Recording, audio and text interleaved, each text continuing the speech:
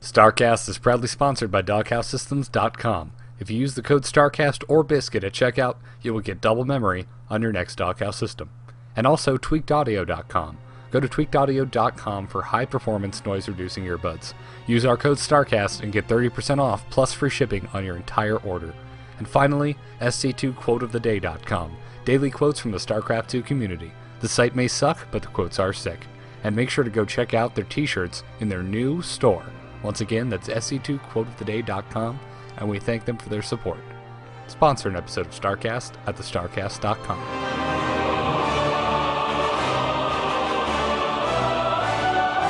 Hell, it's about damn time for StarCast. Incoming transmission. Biscuit.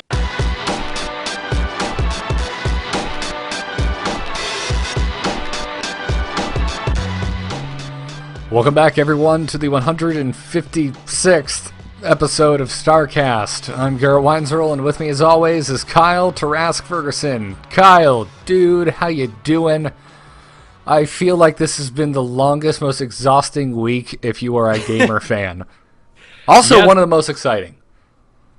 True, it's been intense. I remember being in middle school and picking up magazines in order to look at the console wars that happened in between Xbox and PS2. And I mean, even then, the next generation came pretty quick in comparison. What are you talking about with PS2 and Xbox 2, 360, and PS3? Yeah. That's true, but you have to remember that the Xbox came out super late into that generation. Yeah. Like really, really late. Years and years after GameCube and PlayStation 2 had come out. But I'm doing well. Got myself a little sick vacation this week, which is basically when you're like, oh man, I'm exhausted. What's wrong? I must just be exhausted. You get to the weekend, you go, oh, I've actually been sick. And you get knocked on your ass. Watched nothing but cartoons for a few days. So yeah, man, you've been out, dude. Yeah. Mike and I had to do an impromptu campaign roundtable where all we talked about was E3. I still actually haven't gotten that up. I've been crazy busy, and it was so weird. I keep forgetting that it happened. Because it just serves to seem like something he and I would have done anyway, just gotten together and talked about it. I keep forgetting that we recorded it. So I apologize, everyone. That'll be up on the feed tomorrow.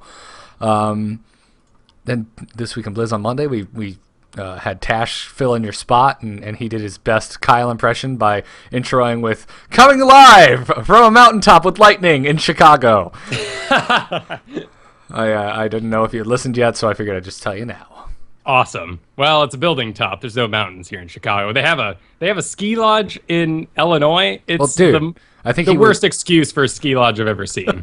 I think he was just saying that you're a wizard, so you could just make your own damn mountain. Well, sure. Yeah, it's good stuff. Speaking of which, I finally beat Skyrim as a wizard. Did you? I still haven't beaten that game. I actually sat down and did it. I got the Elder Scroll, and I was like, I'm probably like 2 hours from beating this. I'm kind of done. And of course, I beat it. The problem with those games is they're always open-ended. So they're like, you have completed the biggest quest ever.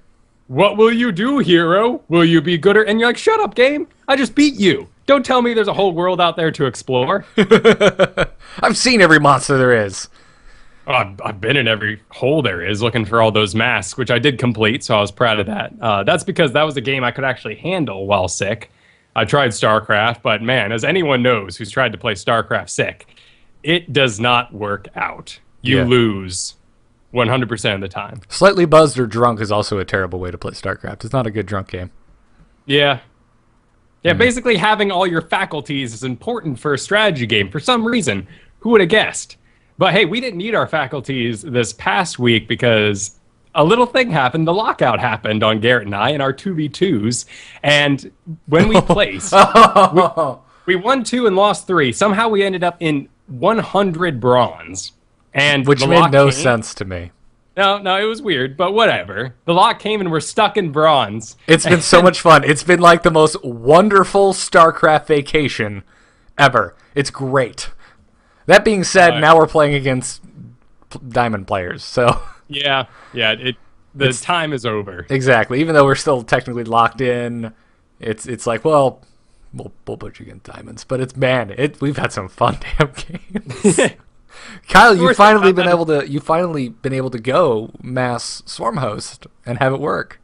From time to time, yeah. Yeah. Doesn't always work out, but I mean, you can't scout in those games either because they're not doing anything correctly. So you're like, oh, they're incoming. Wait, no, maybe. My God. Every game, we were sitting there, ladies and gentlemen, and Kyle, every game, Kyle's just like, I'm just going to go scout like a good player. And I'm just like, oh, well, fine. I'll sit here and enjoy my extra one worker. And he's just like, they're doing this. I don't know why they're doing this. What if this is some build? And I'm like, dude, this is team games. We're in bronze. They're probably just awful. It's so easy to forget. And you're like, oh my God, he expanded. Wait, and he also has 4 gates. Hang on a second. And only 2 zealots. I don't know what's going on. This isn't going to work. Got 1 gas with 6 workers on it. What the hell is this? Guys playing blindfolded or drunk or sick. You never know. But yeah, fun stuff. Before we get into StarCraft, what'd you think of E3 real quick? This is yes, it's a StarCraft show, but it's also a video game show. I have to get your opinion, man. I haven't talked to you all week. Sure, and yeah, we won't go too long-winded because there's so many people talking about E3, and there's been a big flux of news on all this thing. The most hilarious thing for me was things that I wouldn't call features becoming features, like exchanging games, like owning the game you own. Yeah. You put that in your PowerPoint presentation and people are cheering. The memes that have come out this week have been just phenomenal. I've been snorting. I've been laughing so hard at some of these damn things. Just like you said, the slide of like how to share games on a PS3, the meme that's been going around of just that picture of that slide and says, wait, you mean we can call these features? Yeah, signed I love Nintendo. It. Yeah. Oh my God, it's wonderful. It's great. So it's cool stuff. I mean, you're already a Sony fanboy, so you're probably just like, yeah, woo. I mean, I'm more of a computer man. That's so true. Unless something really comes out for PlayStation, I probably won't get anything until maybe the price goes down. Or, I mean, really, I just love my keyboard and mouse. I don't really need a new system to do that for me. Yeah, that's a good point. I'm really excited for Destiny, big time. Bungie's new game. So I'll definitely be picking up a console at some point. Probably the PS4. Solely because that's what it's looking like all my other friends are getting. And since I want to play Destiny with my friends, I'll get the console my friends get. Well, of course. And, well, that's probably not going to be cross-platform to computer. And it's not going to be computer to begin with, right? It's highly unlikely it'll be coming to computer. Yeah. They said don't count it out, but it's not even in development. Sure. That makes sense for Bungie. Yeah. Yeah, other than that, I was excited to see the teaser trailer for Dragon Age 3, but that didn't tell me much other than fantasy things will happen. Yeah. Armies mass, lightning strikes, dragons come from rifts in the sky. That's exactly how I felt about the Halo teaser. I'm just like, why is Master Chief wearing a robe? What does any of this have to do with anything? Yeah. So the only teaser that got me excited was Battlefront for a new Star Wars Battlefront game. Yeah. I can't wait. And DICE is behind it. I mean, have you played any of the Battlefield games? Not the single-player bullshit, like the multiplayer, what it was meant to be? Well, I originally played Battlefield 1942. Okay, well, there you go. Great. And I of course, Imagine played that the with Star lasers. Wars one. Okay, yeah. Imagine that with lasers. Yeah, no, and you got to play as Darth Vader and just own face. Yoda was awesome in that Dagobah level. Yeah, it's good stuff. But Damn it's, good stuff. There's so many things to boycott, I just don't know where to spend my money anymore. I mean, that's being made by EA. You got Xbox doing its thing. If you're going to boycott, you're going to be stuck with pretty much nothing but indie games, and then you're going to have to look really closely at who's publishing them. Sure, and it's not going to stop me from, buying a BioWare game either, so there's only so much you can do. The Xbox thing is certainly a bit more on principle, rather than just this company has some bad practices. They just seem like dicks. Like I don't know how else to convey my feeling of the way they portrayed themselves. They're just like, here's a $500 box with a shit ton of DRM, and if you don't like it, go buy a 360. I mean, I get it. I understand that you promise your investors and your developers, we will up your sales by X amount because people cannot trade their games or, other features, so on and so forth. Yeah. I see why it's happening, but you just can't do that. Yeah, I don't get it. I mean, originally I was like, oh, yeah, chat room was like, well, Sony did the same thing 8 years ago. Yeah, and apparently they learned, and I don't know what happened to Mike. It's like Mike said this on when we were talking about it on Tuesday, that it's like Sony and Microsoft switched bodies or something. It was like the body snatchers. Because eight years ago, Sony was doing the same thing. They were giving us a $600 box and telling us to get a second job to afford it. Yeah. So I don't know what to tell you. It's absurd. Eventually, I hope to just have both because I do need my Halo. But since I'm not made of money, I'll probably get the PS4 first. Sure, and I mean, as much as I may be like, well, I'm not going to spend my money, you can't stop other people, and I'm not going to try. And certainly, there's no way I can stop, little boy Tommy asking for his Xbox for Christmas. Yeah, exactly. I don't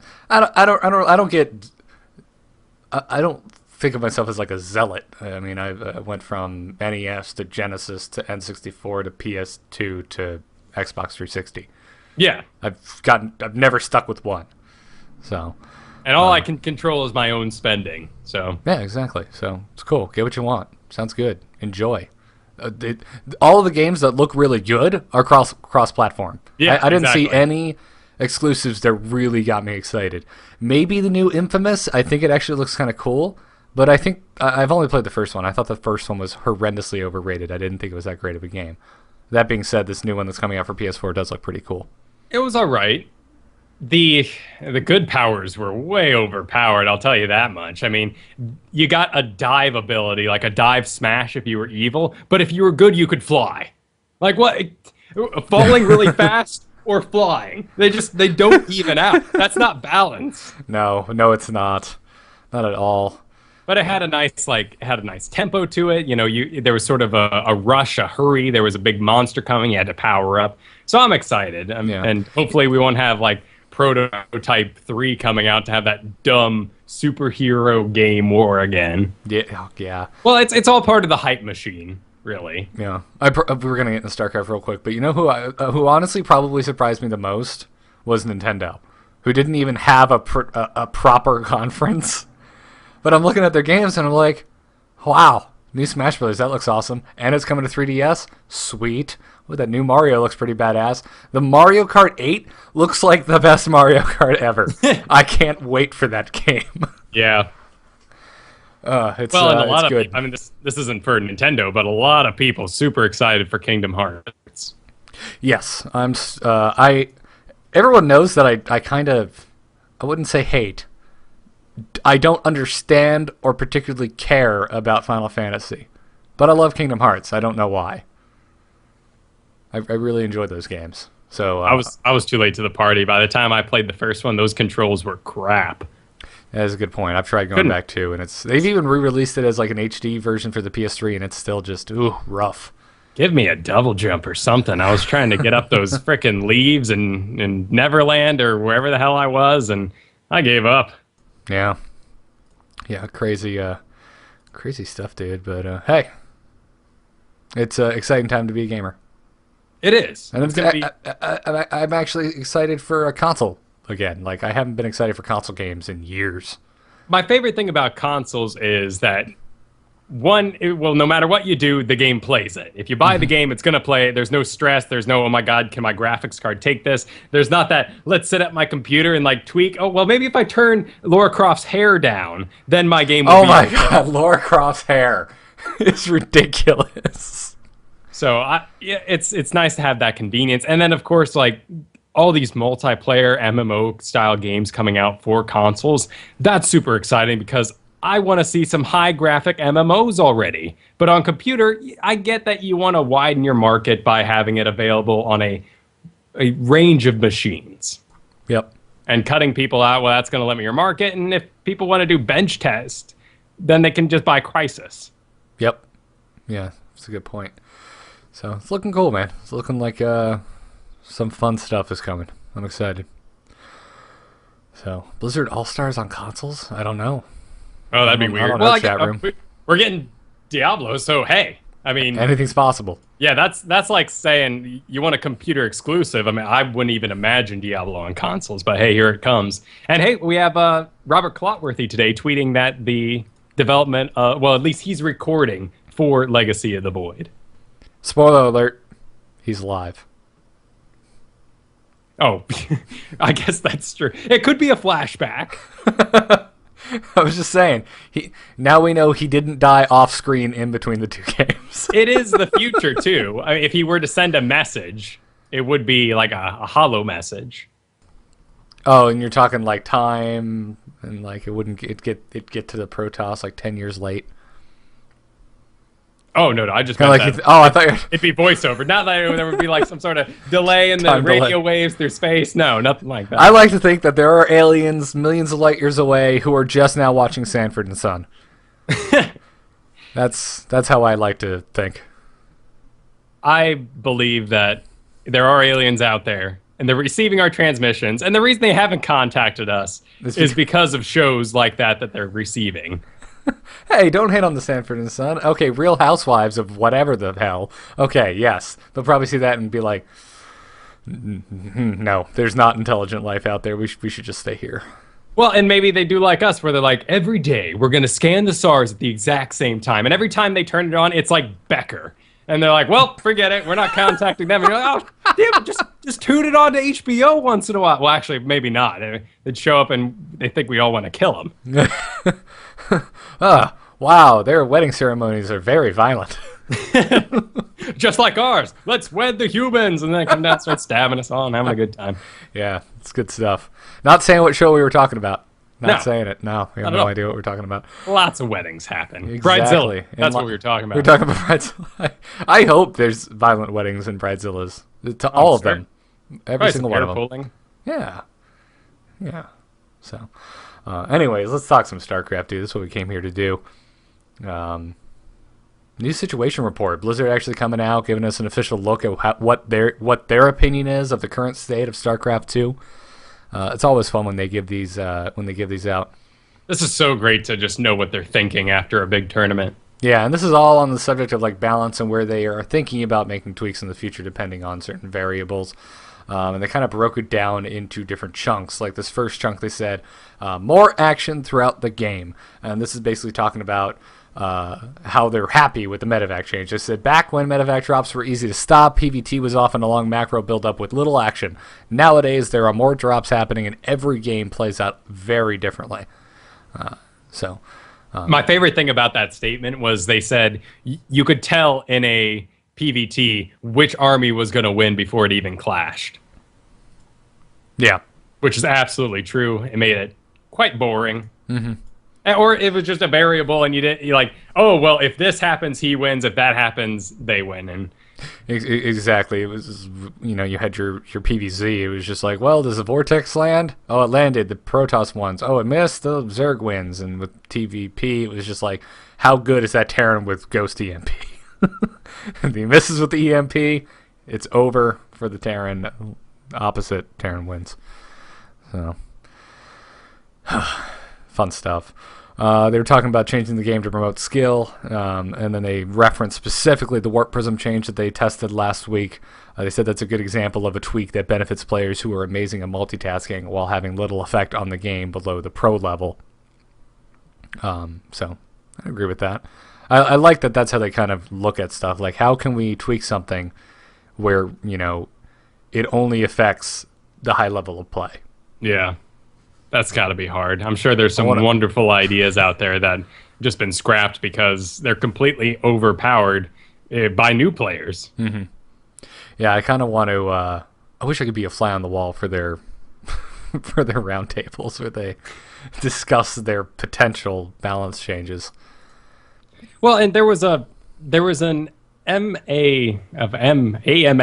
God, I always forget what that exactly is. But then about a former Blizzard employee that was circulating Reddit about a week ago, and he was saying that a lot of the SC2 guys never listened to their suggestions. And I was thinking to myself, well, yeah, probably because they've heard everything. Or you're so ingrained in that world and you know that all these different factors flying at your head. Someone being like, well, why don't you just do this? You're like, whoa, dude, just sit down.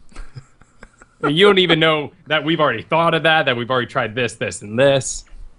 That's a good point. It's always hard getting one side of the story. Because then the dude on the other end is exactly like you were saying. Like, dude, we tried that like 5 years ago. It was madness. bad things happened. But then they got into the nitty-gritty. They started talking about units that they're currently thinking about making changes to. The first up is the Void Ray, because they said that they're seeing a lot of play in PvZ with the Void Ray, but Protoss is still not statistically overpowered, which is why they haven't moved on this yet, I'm assuming. So, which is interesting. They said that they're much better than they used to be, and they don't see that as a bad thing. Which I'm surprised that had to be said, because you remember to the ends of Wings of Liberty, we hardly ever saw Void Rays. Yeah, whereas in the beginning they also had that speed buff. But Void Rays are in an interesting place because I feel like I hate them and love them at the same time.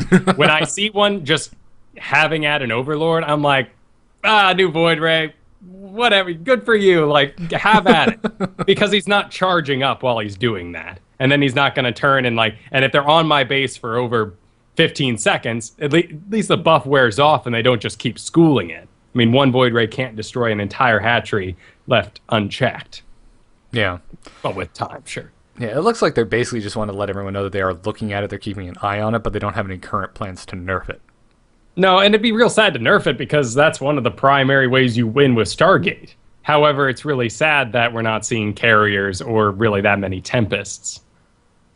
So, yeah. I mean, nerfing the Void Ray, that's not going to encourage Tempest play, but I'd sure like to see more of it. I'd like to see some more air toss. Yeah. I don't know. Anytime the carrier comes up, man, I'm just kind of like, but it's a carrier. We never see it. I just accept it at this point. I'm glad it hasn't been removed, so at least there's a chance.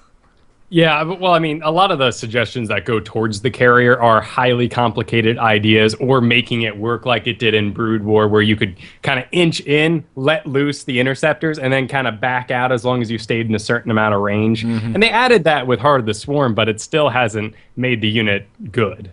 No, it's hard. It's because you're basically committing with it. You're not going to get away with the damn thing. And by the time you can get one out, there's a good chance your opponent has something to deal with it. Well, Testosa said something really interesting during the WCS matches, the finals actually, and they were saying, well, he's got all these wonderful Tempests. I know they're completely immobile. Why doesn't he take a mothership core with them and go do some damage and teleport out as soon as things get hairy? And we don't see that right now. I mean, he was sitting on 7 Tempests at one point in that final game. That's a good point. So if he was actually keeping mobile with the abilities he had, it could have gone differently. Yeah. Anyway, and we're still not seeing people use the Oracle absolutely correctly, run in and tag a bunch of tanks or something, then back out and use the Tempest absurd range correctly. So a lot of this is going to come with time. Yeah. Well, I'm noticing, obviously, in lower leagues, massive overcommittal with Oracles. People are just letting those things die right and left in the games I've been playing. Yeah, they just throw them in. Yeah, but it's fun. It's free minerals and gas for me. Hooray. The Widow Mine is the other unit that they're talking about over at Blizzard. They said that they believe that they're currently overshadowing units such as Siege Tanks and Thors, but that their use doesn't correlate distinctly with wins over Protoss or Zerg. I definitely agree. I agree with both of those. I mean, if you watch pro games, it's so black and white with Widow Mines. They either work great or they are just a massively poor investment. Yeah. It's interesting, but do you use a lot of Widow Mines in your play? Yeah, it depends. I'm not. I know you've had a bit of an old school resurgence where you're screw Widow Mines, I'm going tanks. I've been really liking tanks lately, but no, I always throw them in because they're so. Even when you're going tanks, they're really good to protect the tanks. Because you know a Zerg, but if you're going against Zerg, most Zerg players at our level are going to want to just rush the tank with Lings. So if you've got one of mine there, it's wonderful. So I don't know. It's different. That's why I got so excited when Innovation was just plowing through WCS, because we saw this really awesome play that was similar to what everyone else was doing. There was a lot of bio with a ton of mines, but he was mixing in 2, 3, 4 tanks, and it was making all the world of difference. Granted, he's also innovation, and his play is amazing. Yeah. but at that level of play, it was really cool to see that, and I don't know, I'd like to see more tanks and Thors, because they're just awesome units. Well, there hasn't really been much for the Thors to hit, to be honest. I mean, you already have Marines and Widow Mines lining your base, and of course you got some turrets going. I don't think I fought a Thor in a couple of weeks. Yeah, that's a good point. It's weird. There's now a lot of overlap with the Terran army, because the Widow Mine can take care of the splash damage that the siege tank provides, and can take care of the splash air damage against mutas that Thor provides. So, well, it's going to be a while before. I mean, the game's still quite new. I mean, honestly, the game came out in what, March 14th. That's nothing. That was really recent. So, of course, we're going to see a lot of emphasis on the new medevac, and it's going to be a while before that calms down. Yeah, and I'm not saying this is all bad stuff. It doesn't sound like Blizzard sees any of it as a negative. They seem pretty hunky-dory with it. Mm. And I don't know. I'm digging it. It's definitely such a more balanced game than, say, when Wings of Liberty came out. Sure. So most certainly. It's been great. It's been a wonderful launch. I'm digging it. So they were basically, Blizzard just was saying that the question on the subject of the Widow Mine is it a good thing that Widow Mines have replaced siege tanks as primary splash damage units? And they said that they believe currently yes. They said when you see an army of Marines and Widow Mines, it comes down to the skill of the players in that specific battle, which I would agree with. Like it was just said, like we were just talking about. It's very black and white when you're watching these pro games. You see the mines set in, and some games they pays off big time. In other games, the opponent has some form of detection and completely negates it. Or these Zerg players like Soulkey that are just phenomenal with rushing in with their massive Zerg army, and they just have like one little thing go ahead of the pack and bait all the mines. It's beautiful play.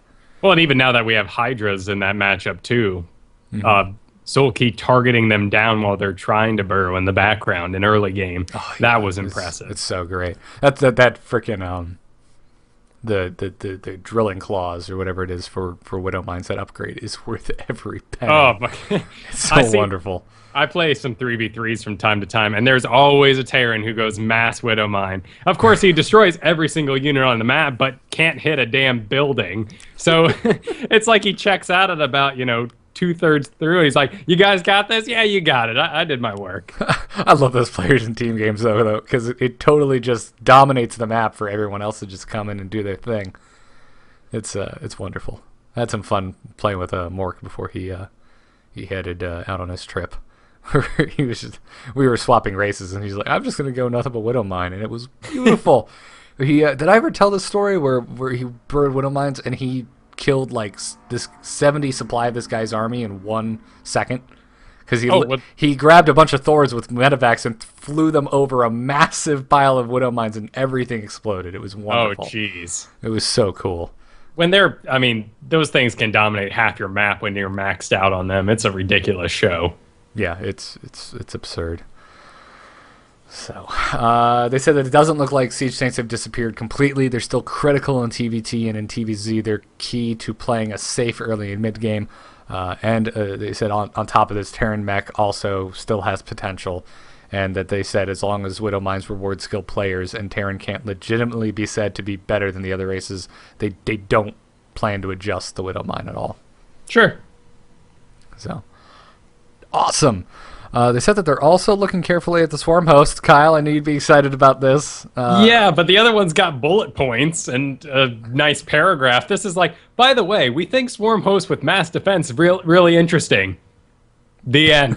What about it? Like, is it wrong? Is it bad? It probably just means they haven't discussed this as fully as the Void Ray and Widow Mine, dude. Yeah, they're looking at it though. What's the issue? Is it that you need the mass defenses, and that's kind of odd with a unit, or?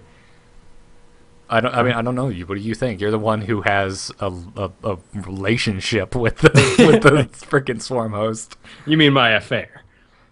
Yes. My sordid affair. Yeah, because if it was a relationship, who are you cheating on? Are you cheating on Ultralisks? Oh, I'm cheating on all the units, man. I mean, it's not a healthy thing, you know, when you're losing money, when you're bleeding minerals. So you're saying that you're driving down the special end of the city at night. Swarmhouse comes up to your car like, "Hey, baby," And I'm like, oh man, you know, I can't say no. But you're just too much fun, and when you get that nice contain, it just feels so good. But I agree, they're in a really odd place. Oh, that's wonderful. You're a special dude, man. So that's cool. I mean, are there any changes you've had? Do you want to be that guy that Blizzard doesn't listen to right now, Kyle? And like, nerf this, beat that. No, I really like that they are taking the approach of buffing everything instead of nerfing something else. Though I would like to see something change with the Swarm Host. I think they're very immobile. Yeah. That's part of being a siege unit, of course. But I feel like every time I get them out, unless I can actually surprise someone with suddenly Swarm Hosts, otherwise I'm just causing them to massively turtle, and other races have better turtling capabilities than me as Zerg trying to be out in the middle of the map with Swarm Hosts. Do you think the mobility is the issue? They just don't blend well with pretty much every other Zerg unit? Because I can't think of anything, even Hydralisk now, providing you have the upgrade, that aren't incredibly mobile. Yeah. I would like, a simple change that I'd like to see is Swarmlings. What is that what they're called? Swarmlings? What are you talking about? The things that pop out of a Swarm Host. Locusts. Locusts. I like Swarmlings. That's cute. But I believe that was the upgrade to Zerg in the campaign. Where it pre-hatched from one egg. Ah, you're right. I love that upgrade. But a simple change I'd love to see is stop grabbing my units and carrying them off to my opponent's base. Like, just have them ghost through some units here. What are you talking about? Well, if you got like an army sitting on top of the Swarm Host, which you do because you're trying to protect them, if the Swarm Host, the Locusts pop up and they start moving, well, if there's like a Hydra or something sitting in the middle of that pile, they'll get all like, whoa, oh no, and get carried off celebratory, They basically crowd surf to death. Yeah, exactly. Okay, all right. I didn't quite get what you were getting at. I apologize. That's funny. I mean, that's a skill thing, and like I can easily just burrow the unit that's in the way. Of course, providing you a burrow. Sure. Yeah. Still weird that they come with burrow. Well, they'd be completely useless without it. Yeah. Well, I mean, so are infestors these days. That's a whole nother can of worms. Yeah, I know. That's a whole nother can of infested Terran. Oh, back to our Bronze League 2v2. What was the game we were playing? We were playing some game, and there was our opponent. And this is one of the ones where we were first getting in, and we're like, we didn't know if they were good or just terrible. And then like Kyle goes up into their base, and then I'm outside sieging, and the guy just shoots out like 80 infested Terran, and immediately at that point, I'm like, oh, it's going to be this kind of game. They're that bad. Well, I guess I'm going to put a planetary in their natural expansion. I mean, the guy had clearly just learned the shift trick with those guys. So if you don't know this, if you get all your infestors together and then you shift move them to somewhere and then shift infested Terrans everywhere, when they get there, they will vomit them all at once instead of the one at a time that you do with single clicks. Don't teach our listeners things that are no longer worth a damn. Yeah, no, I mean, that's, well, it could be useful if, like, you get a Nidus out and, like, you burrow an infestor back there and you start, taking out some SCVs or whatever it may be. But otherwise, yes, this is not an important tool anymore. At any rate, this guy had just learned this, and he made the most beautiful phalanx of infested Terrans I'd ever seen. Which, had this been the end of Wings of Liberty, this would have been a completely different story. Yeah, no, I mean, my Broodlords in the air would have been dead. But otherwise, nothing happened. It was sad. He did it way in the back. I don't know if he expected these guys to like have zealot charge or something, but nothing happened. Yeah, man, I just want to go play 2v2 now. We should stream some 2v2 after this. We can if you have time. Sure. Be fun. All right, so that more or less wraps up the situation report. Go check it out. There's a lot more that we kind of skimmed over on the official StarCraft site. But while we're on the subject of what Blizzard is saying about the game, David Kim also took the official forums this past week and posed this question: are Hellbats too strong? And I just want to say, don't do this. Why are you doing this, David Kim? Don't put this idea into everyone's head. Yeah, I mean, he starts it off. It's not a question. He didn't say that, but yeah, it was about Hellbat Drops, and it's pretty much the vibe I got from this. Which, of course, now everyone's just like, oh yeah, nerf the shit out of it, gah! But my personal feelings aside of David Kim inciting a Hellbat riot. He went on, this is what he actually said. He said, number one, it's too easy to execute. Number two, especially in TvT, not a lot of risk doing them. And then when you don't lose the medevac. And number three, might be too early before defenses can be ready. So he said they're keeping a close eye on it. And if, in fact, that the Hellbat Drops do turn out to be too strong, they're thinking about rolling in some of their damage with the Infernal Pre-Igniter upgrade. Oh, I see. Because right now they don't get affected by that at all. Correct. That would be interesting. I wouldn't be completely against that. If you're gonna soft nerf it, yeah. I think that's a good way to go. Because we don't even see that upgrade anymore. Yeah, hardly ever. I don't think I've seen Blue Flame since Wings of Liberty in a professional tournament. I mean, I don't even think I see Hellions like pestering the front anymore, to be honest. They're it's mostly pretty much just kept straight in the to base armory. Let's transform. Yeah, it's pretty much straight to Hellbat Drops. It does happen wicked fast. I mean, particularly if I doodle for 2 minutes and I'm watching a pro game, they'll be like, and here comes the drop. I'm like, what? Are you serious? Already? It is a little That's insane. A good point. Yeah. And I agree that it is really easy to execute. I mean, when you're just dropping a splash unit in the middle of a worker line, you can just hope for the best, and it'll usually work out for you. Yeah, and they're so damn beefy with that medevac. Yeah, the healing. I don't think that needs to go away, though. I mean, that's a big God, part. no. It's so interesting.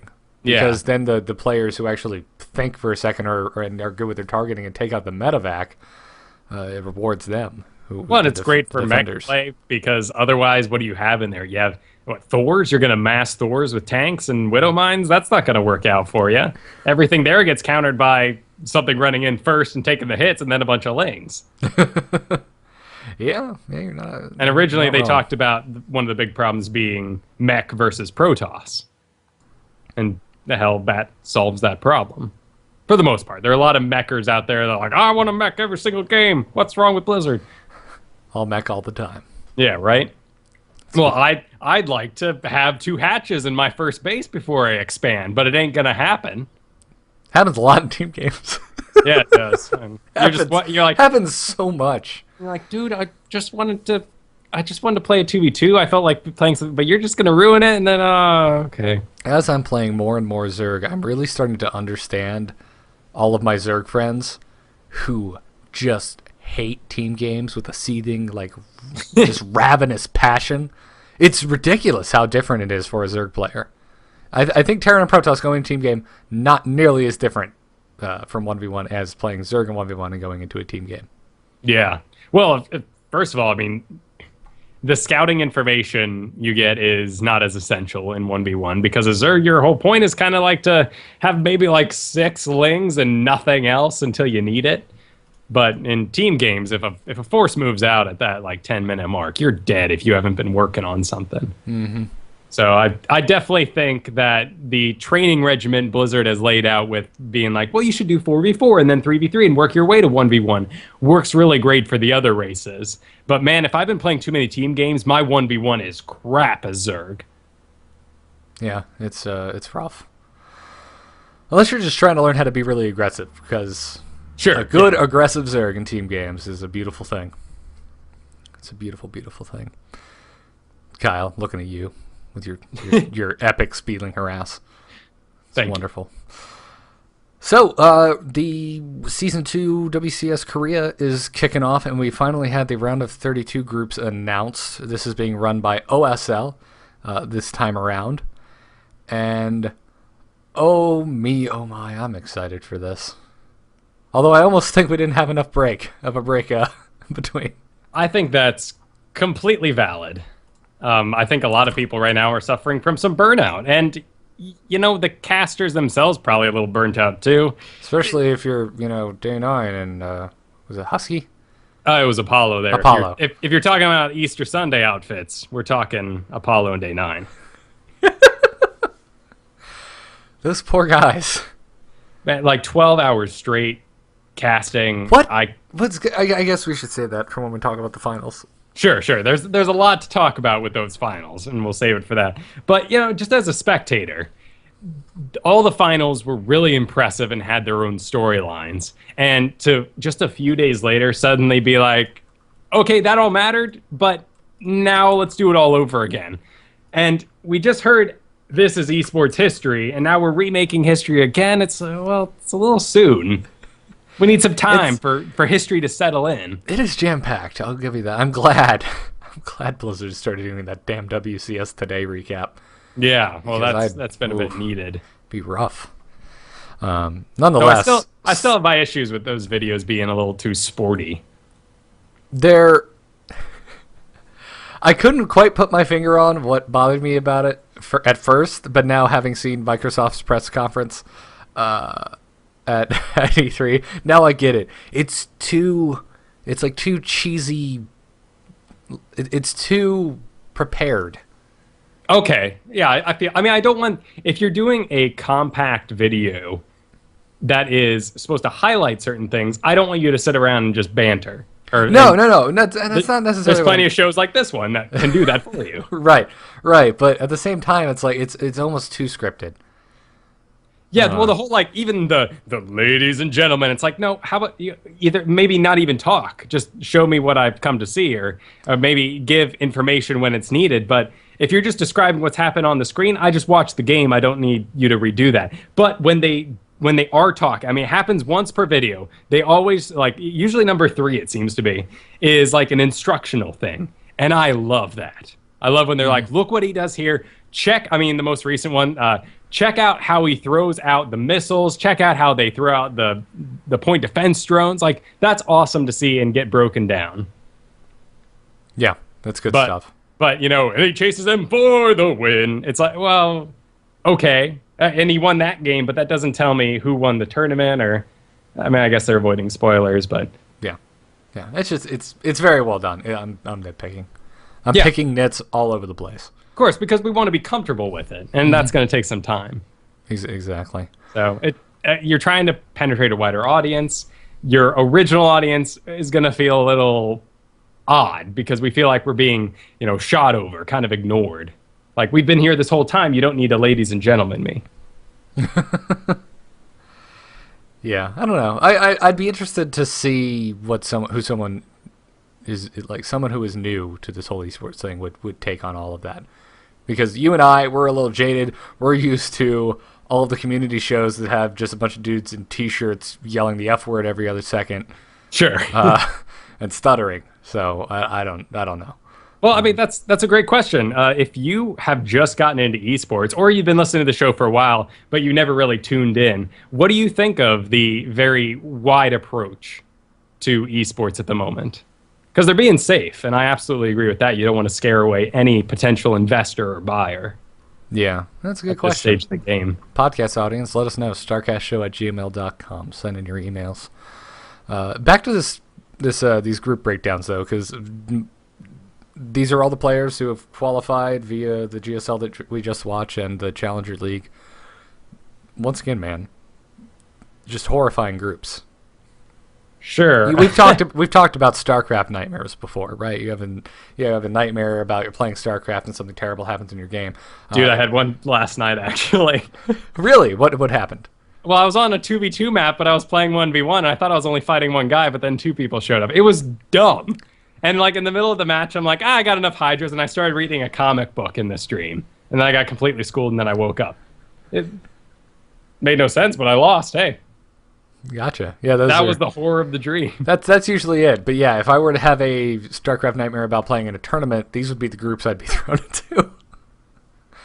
Freaking Group A, so many Zerg. We've got Sulky, Ragnarok, Yu-Gi-Oh, and then Flash, Terran. One Terran. The light in the darkness. The purple darkness. The purple gooey darkness. Oh, good for Flash.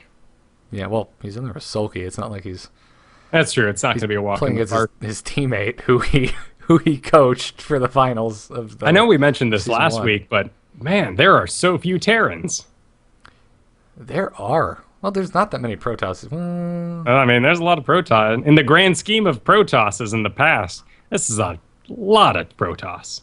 yeah, well, there's 10 Protoss, 8 Terran, and 14 Zerg. It's just a Zerg overload. So, I mean, what you gonna do?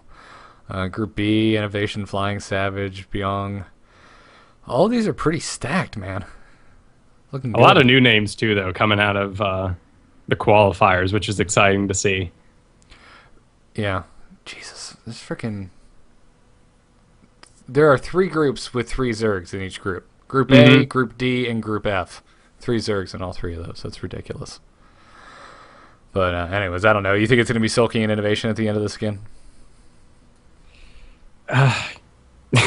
Right now, it looks like that, but I'm assuming someone's going to figure some things out eventually. Yeah.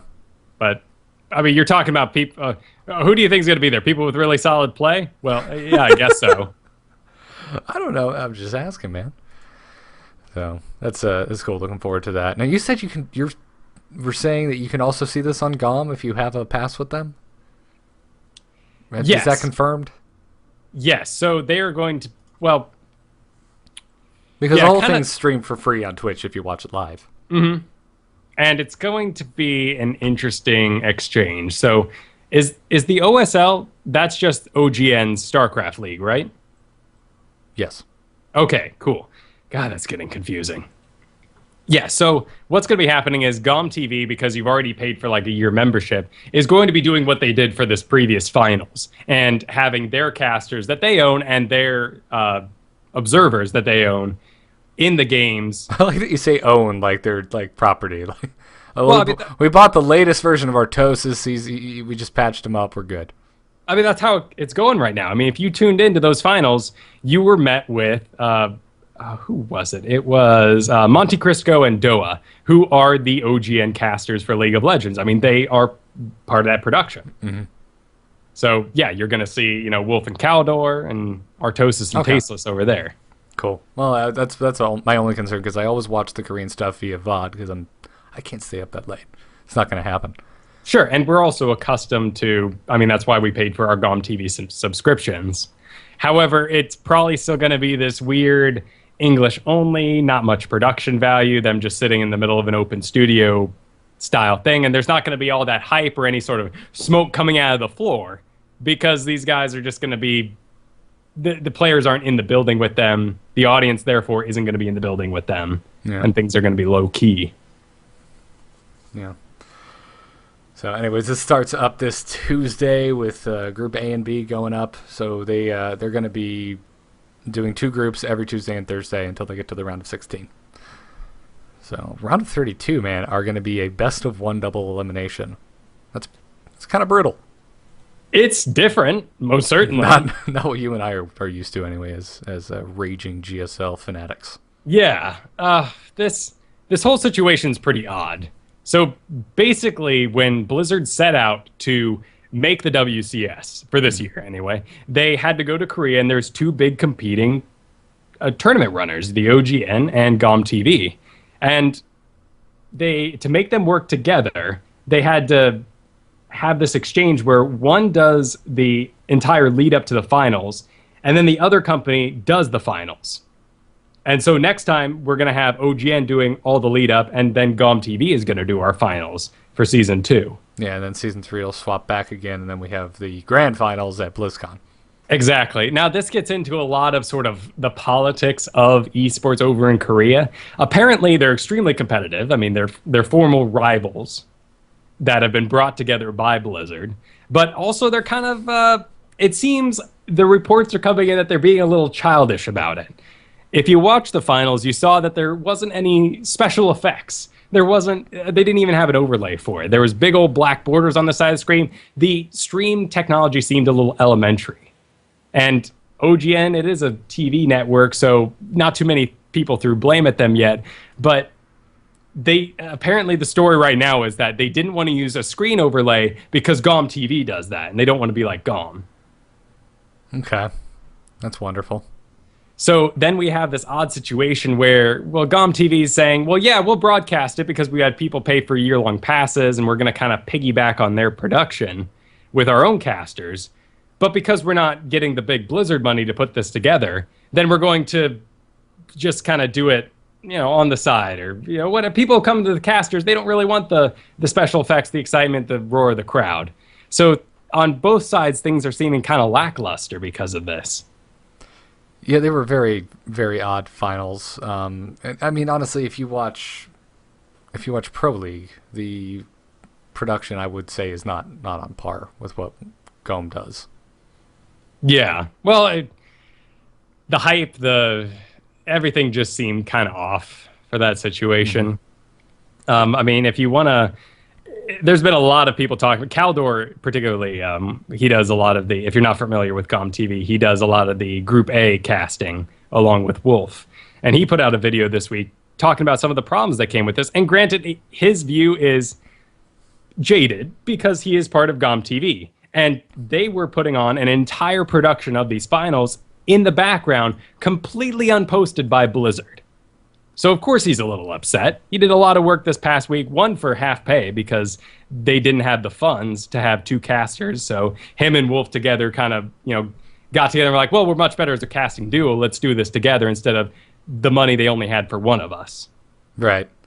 And good on them for it because I really prefer GOM's, polish that they put on everything. Sure, but they don't have the money to make it a big production. However, then people, in fact, on State of the Game in Control was saying, well, that was GOM TV missed its big chance to show OGN up by putting on a better production in the background, regardless of the money they had, because clearly OGN wasn't doing a good job. GOM TV should have stepped it up. This is where I got officially gone cross-eyed and start to return into my shell of, I don't give a shit, I want to see good games. Yeah, I mean, there were some weird things going on. I mean, you had the Day 9 and Apollo stuck out there casting for like 12 hours straight. Their stream wasn't really even advertised. It was this background secondary stream. I didn't even hear about this until after the fact. Exactly, and it was... When you went to the main site, it brought you right to the main page. And these guys, at times, were casting the same exact games that were happening on the first channel. And then, outside of that, you have two other channels. You have Tastosis and Wolf and Caldor doing their streams. So really, we had 4 streams of the same exact event happening, being put on by 2 different companies this past weekend. That's awful. To add insult to injury to this, you had the issues with the OGN production not being up to par with what we're expecting and with the new overlays completely missing. The black borders, 15 to 20 minute breaks between single games, 2 hours between the semifinal and the final. And then you had OGN, which everyone was going, well, maybe they're just being kind of weird and not really good at the streaming because they're TV production. Well, on their TV station, while these finals were going on, they were showing League of Legends.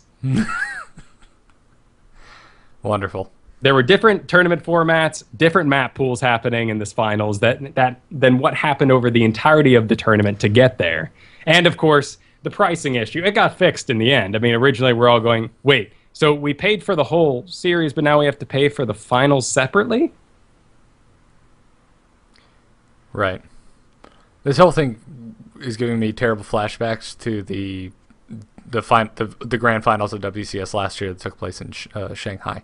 Right. Just the what the F production values that was going on there.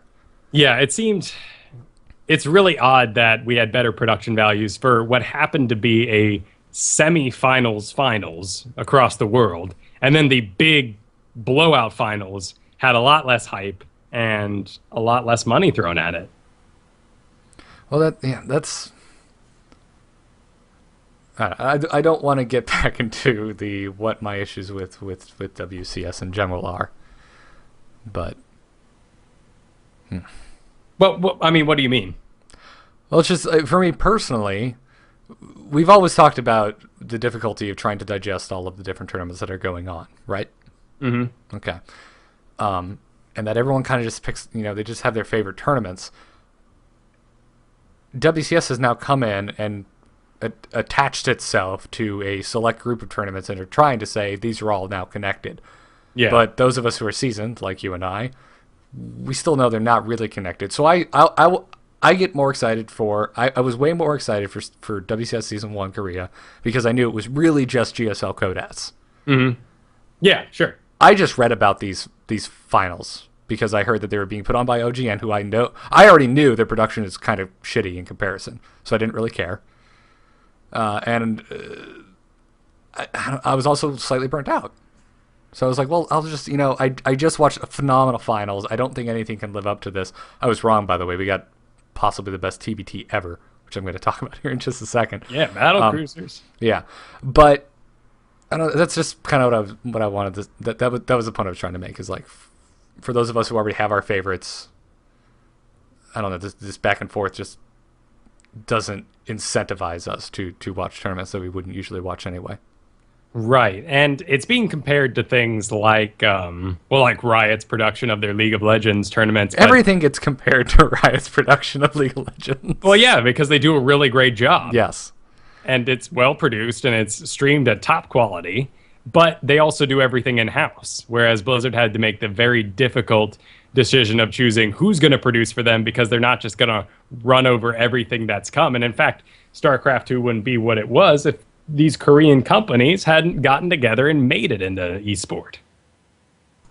Exactly. So it's, according to Caldor and his video post, it has a lot to do with just the competition and the culture of these Korean companies not wanting to work together. And a lot of weight is falling on Blizzard to make them shape up. Mm-hmm. But ultimately, what's exciting about that is we know that the grand finals come BlizzCon is going to be in BlizzCon with Blizzard-controlled production. And hey, if we're seeing some pretty cool production out of places like GOM and, some, subpar production, but down the road, BlizzCon could be one of the most awesome finals production-wise ever. Well, the last BlizzCon we went to when they had the GSL finals there, it was just because of the sheer size of the crowd was a momentous occasion. You were there, dude. The freaking MVP and MMA coming out, it was like, you could see it on their face. This was not something they were used to. Well, that was just cool because that was the first time a lot of Koreans had been in front of an American audience, and I feel like we taught them how to be a bunch of rowdy assholes. And now, over time, go back and watch some of those original code essays. That crowd is right respectful. And they're clapping, but they stay seated. Nothing happens. Nowadays, you got people cheering. You can hear them in the background. It's a madhouse. Yeah, well, we were talking about the European finals. You could hear people chanting Stefano. You make the argument that it was one guy. It was one guy, and it was driving me nuts. Okay, all right, whatever, Kyle. Same dude. Anyways, subpar production aside, there were still some phenomenal games. Innovation, hooray! He won. I was very happy to see him take this. Granted, first 3 games were kind of just raffle stomps. But that last game, man, Game 4 was great between Innovation and SOS in the finals. Yeah, that was so cool. I mean, SOS got this is what I was talking about earlier, the 7 Tempests, Storms, Cannons, and Oracles, and this is how he did it. I mean, he got the gold base in the middle by slowly, creep-crawling turtle out into the middle of the map. And it was fresh. Yeah, it's good to see some Tempest, but by far, for me anyway, and it seems to be the general consensus, because like I said, I skipped the live stream of this, and I was like, oh, I'll catch it in VODs, I'll read about it. And I'm talking to you, I'm talking to all my buddies, and everyone's just like, you're going to catch up? I was like, oh, I'll probably watch the finals. Like, no, skip the finals. Skip the finals. Watch MVP versus Innovation. I'm like, wait, what? Really? MVP, he's still, no.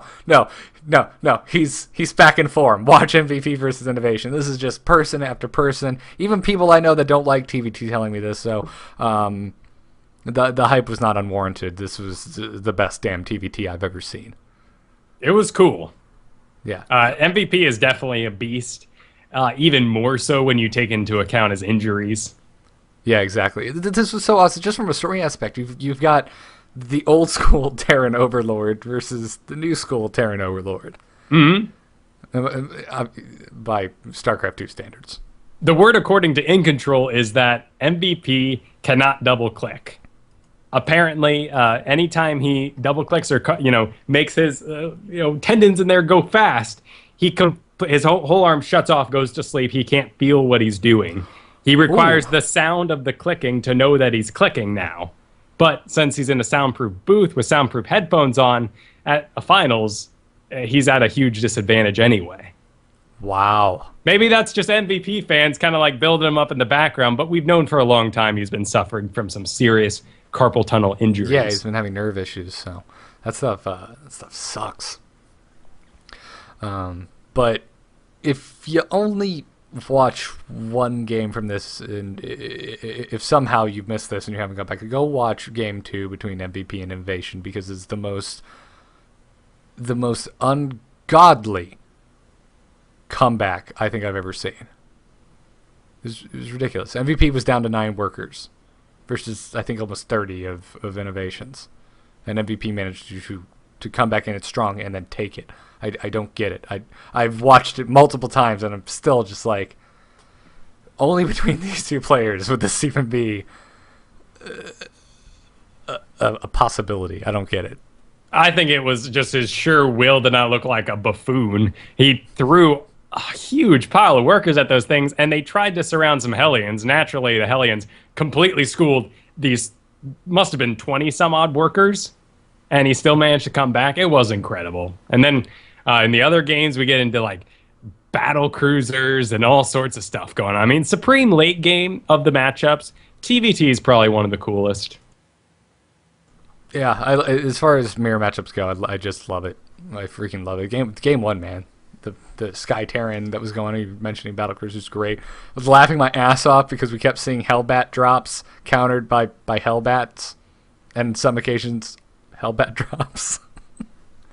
It was great. Well, sure, and then they both Hellbat dropped each other at the same time. And I think this is where David Kim's post came from. Yeah, he's just like, well, they're both Hellbat dropping, but they were both defending perfectly. It was really strange. Yeah, clearly if these guys are the top-end players and they're paying attention to what's the best, and this is the best, and they do it to each other, that's kind of silly. Maybe we should do something about this. Yeah, there was still, I think, plenty of variety in these games. Yeah. Like I said, Game 2, just watch it. The beginning of Game 3, that Widow Mine that MVP put right up by the wall of innovation, and then he goes up and like harasses with one Hellion to pull pull innovations units forward and actually nailed them with a Widow Mine. I've never seen anyone do that, and it was like, wow, how have I not tried this before? So if we do team games after this, I have something I want to try tonight. Very well. Yeah, it's fun stuff. So, anyways, WCS aside, coming up this weekend is the DreamHack Open for summer. I didn't feel like this was getting very much hype. I was preparing for the show this week, and I'm reading. I'm like, oh, holy shit! There's a DreamHack this weekend. How did this go under my radar? I think it has to do with the burnout for a lot of people. Yeah, that and the fact that it's not a WCS, because now it seems like all the WCS tournaments are getting the hype that I think all the tournaments should have gotten from the get-go. But the cool thing about this DreamHack is that they're really defining their style and staying relevant with all these tournaments going on. Mm-hmm. Yeah, because, I mean, they've got a stacked roster. They still got some phenomenal players in here, and plenty more that are like, I don't know how to better say it, but it's like a lot of them are the people who aren't doing superbly well in the WCS, but are still really good players that have a big fan base. They're kind of the hometown hero players. Yeah. And some of them are still just phenomenal top-end players. TLO's been doing wonderful, and he's in this. He's definitely the guy I'm rooting for. But, all your favorite, like, Liquid and EG players are in there. You got, Teja, really hoping he does well. Thorzane, Rhett.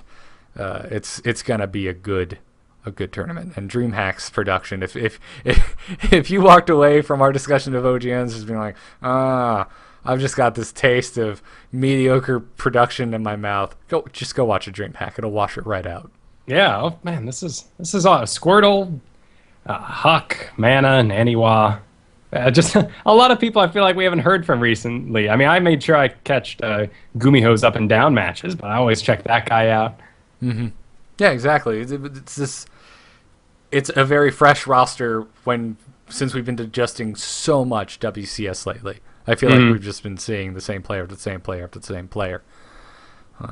Well, and the scary thing about the WCS, too, is we're all kind of looking at the roster going, and I hope some new people win, because if the points work out the way they're looking right now, it seems like we're just going to be seeing the same pool of 15 for the next year. Vibe qualified for the Premier League of Season 2 America. Oh, really? Yes, I'm very excited for him. Damn, good for him. Very freaking excited for him. That's awesome. Yeah, so good for you, Vibe. He's got to be stoked. Yeah, I'm hoping we can get him back on the show to talk about it either before or after.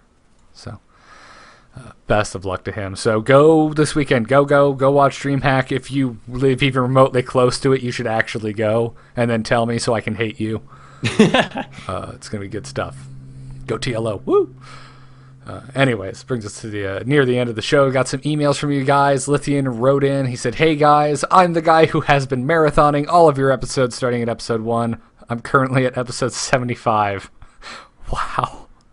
How I couldn't do that with any show at all. I don't know. Okay, podcast anyway. I've been doing it with Scrubs on Netflix, but This is the guy that's stuck in the tractor, though. Yeah. I worked as what is that? Stock. I work stock early morning, like 5 a.m. I can tell you, I listened to Instance back to back for like 6 hours in order to get through that. You just need something comforting. I mean, you don't want to hear anything too complex that you really have to pay attention to. Just something to kind of pass the time, doesn't change it up too much. I'm just afraid we're going to turn this guy into an inadvertent sleeper cell. Like, he's gonna finish all these and then not listen for a long time, and then it'd be like, new podcast downloading. He's gonna hear your voice. He's gonna hear you just go, Nidus worms, and then you just start murdering people. Well, and listening back, I mean, 75, you're getting into like when we're working on format. I mean, we're really starting to define the show. Some segments are going away. Man, I hope it's not too jarring for him to take without going week to week. Yeah, because you think about this, we've made a lot of changes. It's strange to think about it that long. Anyway, he continued saying, he said he's not disappointed. You guys are awesome. Thank you. That's very kind. Okay, first of all, please talk a bit about all the E3 news and awesomeness. Well, then once you get to episode 156, you've got a ways to go. You won't be disappointed by the top of the show. He's like planting little seeds, little Easter eggs for himself. It's very funny because it's like, well, dude, by the time you get to this, E3 will be old news, and we'll probably all be playing our PlayStations. He said, anyways, also, I have never played ladder yet, and I know I suck bad. So my question is, should I jump right in and get owned and play bronze and try to climb out of the cheese fest, or practice outside the ladder until I'm good enough to drop into higher leagues? P.S. Anime is awesome. Have either of you watched Sword Art Online and anime about living inside an MMO? To that, no, I don't. I've never even heard of that anime. No, I've actually never heard of it either, but when I heard MMO anime, I went, .hack sign? I wouldn't know. You never watched? It was on Cartoon Network. No. So I'm not huge on anime. I have a few select animes that I really enjoy, but overall, there's too much of it. And a lot of it's just weird. Well, yeah. I mean, I went into a huge anime phase for a while, so I'm probably pretty behind at this point, but I watched just about everything that came out 6 to 10 years ago. Although I guess the guy who did Death Note has a new anime out, so I need to go find that. I need to find out what that is and then watch it because I love Death Note. It's great. Anyways, back to his question about should he just place, get dropped into bronze, and try to climb out or practice outside of the ladder. Well, if you're listening back at 75... unranked play has not yet been... I feel like we're talking to the past. Unranked play has not yet been implemented. But if you're now listening to episode 156, first off, welcome to the future. We have hats. It's very nice. And secondly, there's this awesome feature called Unranked Play, which basically gives you all of the awesomeness of matchmaking and learning about your play and placing you against players you should be playing against. For the most part, there's still wonky times where you get maxed up against a Masters player, but it's very few and far between. But you don't have the stress that some people experience of like, oh god, I don't want to drop out of a certain league, I don't want to get into silver and everyone make fun of me, and stuff like that. So I would say, for me, just play unranked play until you lose your ladder anxiety.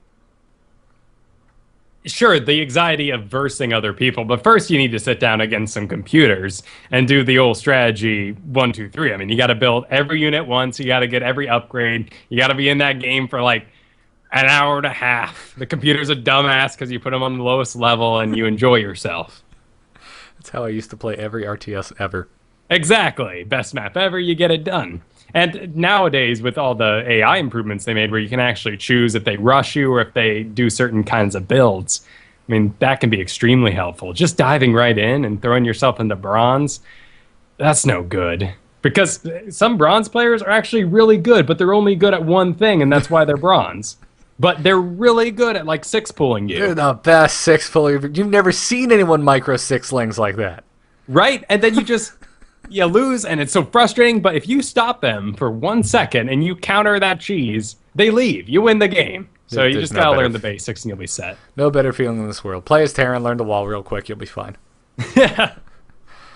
Then Ryan wrote in on the subject. We were talking about possible Nidus Worm improvements, specifically what you would like to see, Kyle, last week, and neither of us could really come up with a fun idea. And Ryan wrote in and said, I've got some Nidus Worm ideas. What if they decrease the build time, but also decreased its health up percentage, so vigilant players could still shut it down and with only workers, but only if they reacted quickly enough? Also, what if they gave the Nidus an ability like the Bunker Salvage that enables the worm to retreat back into the earth and get a portion of its resources back? And then finally, what about an upgrade that let 2 units out at a time instead of 1? These are. I've always thought that the worm should be able to turn around at the very least. I mean, it's one thing if we were all human or something. Like, you're like, go, giant fat man, and barf units into their base. And he goes, all right, here I go. And you can't control him. Off he goes. He's got his own personality, his own set of rules. But we are a psychic hive mind. Yet this worm's like, nuh-uh, I'm going to pop up. And you're like, shut up, worm. I just paid like 100 gas for your ass to get out of there. Why don't you calm down? You're surrounded. You're dead before you even popped out of the ground. All right. I am impressed because usually when we get emails about our wild discussions about things that will never happen, the suggestions are exactly that, wild suggestions that will never happen. These are incredibly tame and sound somewhat sane. So I wouldn't be against any of these. I would, if next week we saw a balanced test map with any of these changes, I'd accept it. I'd be like, okay, I'd be very curious to go try it. Yeah, I mean, it's a little frustrating. I know that you need multiple medevacs to actually like do a big style drop that you would actually get out of a successful Nidus worm. But it is frustrating when they and you have overlords. Yeah, and everything I'm just cutting you off. Everything you're about to say, I'm just going to fight with you. You have dropships just laying around. But it is kind of frustrating that we go 1 by 1 out of the thing and 1 by 1 back in. I don't know what to tell you, man. Yeah, well, what can you at the tell very me? least, the size of the unit, I guess, could play in because it is a little odd that Ultralisk comes out at the same speed that Lings do. Okay, that'd be interesting. Or maybe Lings could all come out at a constant speed, another unit, because like the Lings would like squeeze in between the Ultralisk legs or something on their way out. I mean, it's not a very big hole, but then again, battle cruisers, the command bridge on a battle cruiser is the same size as Marine, so we're not talking about scale in the first place. You can't have that conversation with RTSs, but yeah. I'd be interested. I'm not even sure how that would because you might get into something where it's like a coding issue, because I'm sure because as it is now, the order of which your units enter are the order at which they exit, correct? Mm-hmm. So. And that would be a wonderful just kind of quality of life improvement if you could actually rearrange them once they're inside. That could even be the buff that we need. I don't. Is it that hard though to micro them before you shove them in? If you've got about 30 units in there, it's gonna take you. Control click, dude. What do you mean? If so, what you want like all the lings then the Ultralisks? Well, if I wanted to change that order, yeah, that's what I'm saying. Change I it would have to before barf them. I could scroll through and select single units, like Ultralisk. Oh, okay, I could select single Ultralisk and like put them at the back or something by clicking them, popping them out, and putting them back in. But if I want to do a full rearrange of what's going to happen in there yet, I have to spend a good 30 seconds vomiting all the units back up and then slowly reworking manually where they go in. I'm just saying, put them in correctly before you start any of this. Sure. That would be the smart thing to do. Do it right, and you won't have a problem. But the cool thing to do would be that if you could like actually kind of drag and drop rearrange it while it's actually unburrowing. Yeah, that seems needlessly complicated. There's really nothing like that in the game, so I don't know why they'd do that. Well, that's why it's interesting. Is because I mean, giving it more health, making it go faster. Like a lot of these things are just going to be things that equate it out to another unit's job, like a medevac. The most important thing balance is good, but the last thing I want to do is lose the personality that each race has. Mm-hmm. So if for some reason Marines could suddenly, do the drop pods from space like they did in the campaign, I would be very unhappy because that's a Protoss personality trait. Okay. All right. I get what you're saying. I would not mind something, though, to promote more Nidus play. Yes. I don't really agree. Care what it is at this point. I just like to see something to where we have more players going Nidus Worm. So, anyways, thanks for your email, Ryan. If you want to email the show anytime, you can just shoot an email over to starcastshow@gmail.com. We love hearing from you guys. And that brings us to the end of today's episode. Thanks to everyone who left us 5-star reviews in the iTunes store. If you're a podcast listener, that is the best way to help us out and do it for free.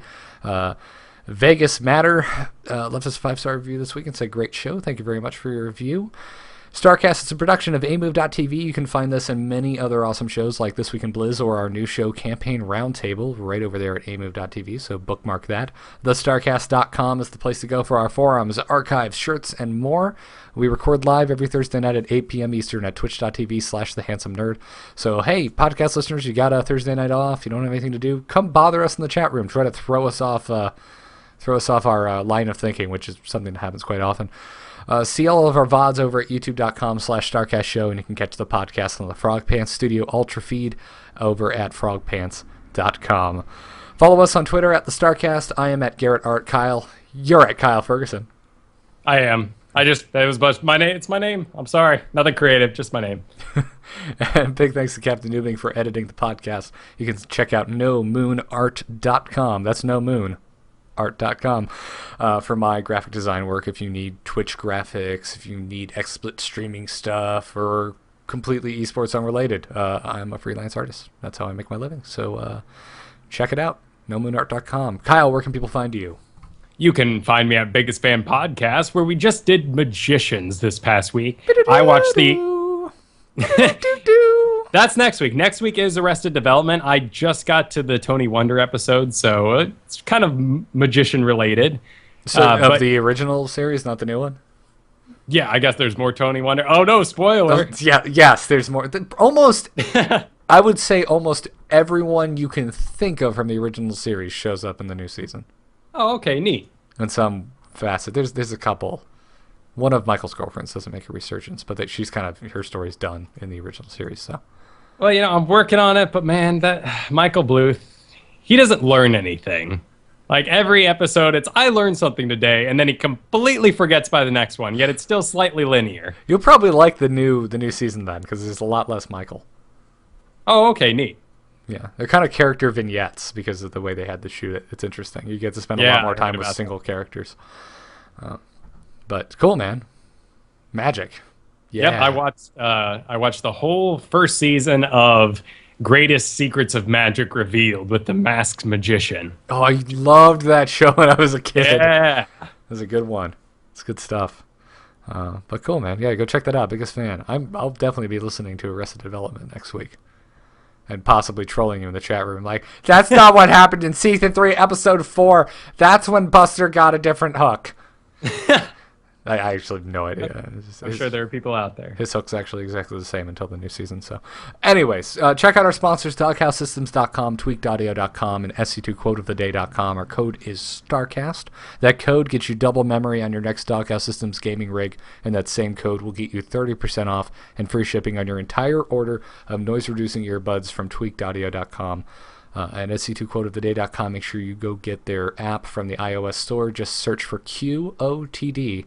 And download the SC2QuoteOfTheDay.com app. And we thank them all for their support. And we'll see you next week for episode 157. Thanks for tuning in. Good luck and have fun. Take care.